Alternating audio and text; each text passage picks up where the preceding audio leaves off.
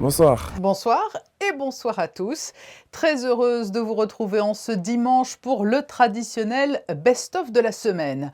Retour sur les grands titres qui ont fait l'actualité des derniers jours, avec en premier lieu ce retour en force du sport et de la culture qui ont été fortement impactés par la crise Covid-19. L'heure de la reprise a sonné pour de nombreuses entités sportives et plus particulièrement les sports collectifs du rugby au basket en passant par le football. La culture, quant à elle, s'est épanouie tout au long de l'été dans le formidable écrin du Fort Antoine, dont le festival qui porte le nom de ce lieu emblématique de Monaco a fêté cette semaine ses 50 ans. La menace du virus est toutefois restée bien présente dans les esprits cette semaine, au cours de laquelle la vigilance est restée le maître mot, comme nous l'a expliqué le directeur de l'action sanitaire. Nous nous sommes rendus en Grande-Bretagne où des mesures drastiques d'entrée sur le territoire ont été prises et nous avons également fait le point sur la façon dont les entreprises de Monaco traversent ces mois difficiles, des restaurants aux start-up prometteuses et le point sur l'avancée des grands travaux initiés dans plusieurs quartiers de Monaco. On traverse tous des villes qui sont très encombrées avec des travaux. Je ne suis pas sûr que les municipalités fassent autant pour les résidents que ce que fait le gouvernement pour les résidents de Monaco. Oui, on est en train de faire le tour de tous les appartements limitrophes au gros chantier IDA pour s'assurer que les appartements sont équipés de double vitrage. Si ce n'est pas le cas, nous leur mettons en place des doubles vitrages. Le gouvernement a mis à disposition des résidents une petite voiturette électrique, week-end compris, avec un numéro de téléphone. Les résidents rappellent, un chauffeur va les chercher. Bon, il y a un accompagnement. Ça n'enlève pas le bruit, c'est certain que ça n'enlève pas le bruit, mais nous essayons de faire en sorte d'accompagner le mieux possible ces personnes. Et puis, il y a des bruits que nous ne pourrons pas atténuer complètement. Des mesures sont prises, mais ce n'est pas toujours simple. Nous voulons faire pratiquement 200 logements dans ce quartier avec les parkings qui vont bien. Nous savons tous qu'à Monaco, nous manquons de places de parking. Il faut donc en créer. Nous sommes, on dit bien, à Roca, le rocher. Monaco est posé sur un rocher et quand on veut faire des parkings, il faut creuser, il faut ôter ce rocher pour libérer la place. Après, ça devrait être beaucoup plus supportable. Alors aujourd'hui, un ressortissant étranger arrivant en Grande-Bretagne doit impérativement effectuer une quatorzaine. Donc cette quatorzaine est assez stricte.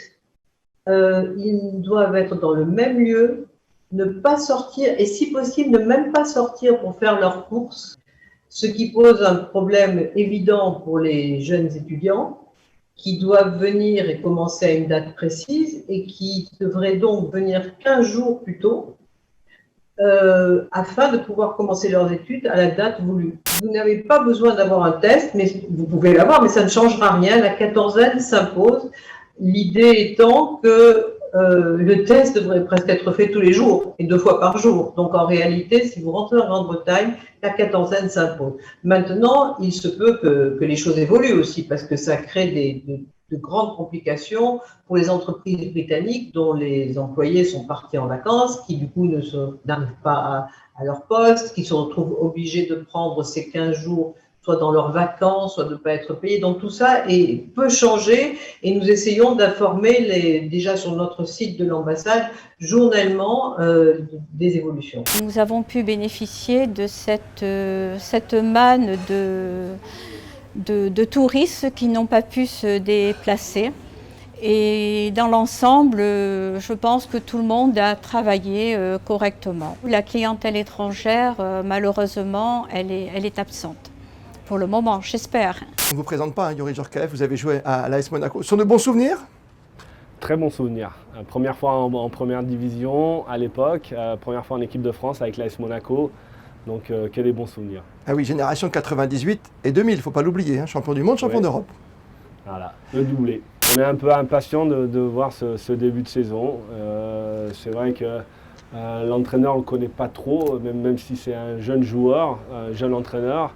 Mais on va voir. Après le championnat français, il faut s'adapter. Et j'espère qu'il va amener un petit peu de panache et de rigueur que la SM a besoin. Le foot aujourd'hui, avec des spectateurs masqués, moins de 5000 personnes dans des grands stades, c'est compliqué. Est-ce qu'on retrouve son football comme vous le connaissez? Je ne m'attendais pas à avoir autant d'intensité dans les matchs sans les supporters. Pour moi, jouer au football sans supporters, c'est dramatique et j'espère qu'on passera vite à une formule saine et aussi sécuritaire pour les gens pour qu'ils reviennent au stade. Et on s'aperçoit que la place du supporter, je crois que le Covid a montré la vraie place du supporter. Il faut arrêter d'interdire les gens d'aller au stade, d'interdire les supporters d'aller supporter leur équipe. Je crois que le football français doit faire une vraie réflexion sur le rôle du supporter. C'est l'objectif. Moi, je suis venu ici déjà pour progresser. C'est l'objectif numéro 1. Et voilà, l'objectif aussi, il est dit, il est clair, c'est aller en NBA l'année prochaine. Donc voilà, ce sont les objectifs. Après, les objectifs personnels. Ensuite, j'ai mes objectifs collectifs avec le club. Bien sûr, je suis ici pour progresser, mais pour aussi réaliser de belles choses avec l'équipe. Pour moi, je suis un combo guard. C'est le joueur qui peut évoluer au poste 1, au poste 2, voire même me décaler au poste 3. Je n'ai pas vraiment de poste défini. Voilà, après, mon rôle, c'est apporter de l'agressivité des deux côtés du terrain. Fabien Galtier vous a fait l'amitié de venir assister à l'entraînement du groupe cette semaine. Le sélectionneur de l'équipe de France a prodigué de précieux conseils à vos joueurs.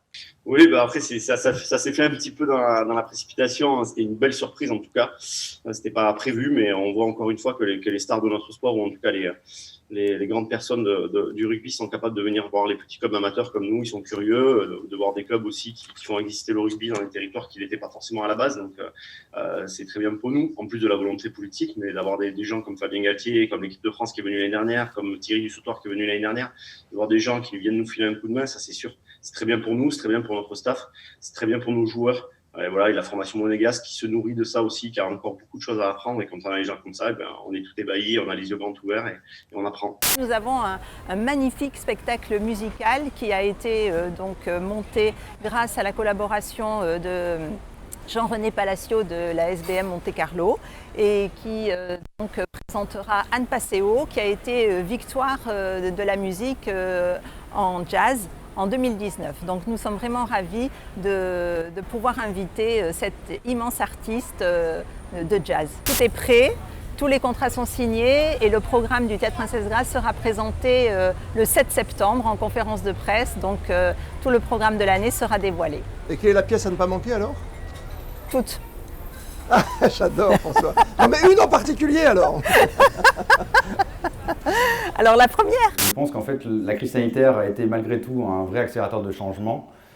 Et la définition d'entrepreneur, c'est quelqu'un qui est capable de transformer des problèmes en opportunités. Et on peut dire qu'aujourd'hui, il n'y a jamais eu autant d'opportunités à saisir. Le constat qu'on a fait, c'est vraiment d'identifier une énorme lacune dans le marché de comment on accompagne des startups à se développer. Et finalement, c'est assez ironique de voir que ce monde de l'innovation, finalement, le modèle n'a pas vraiment changé depuis la bulle de l'Internet des années 90.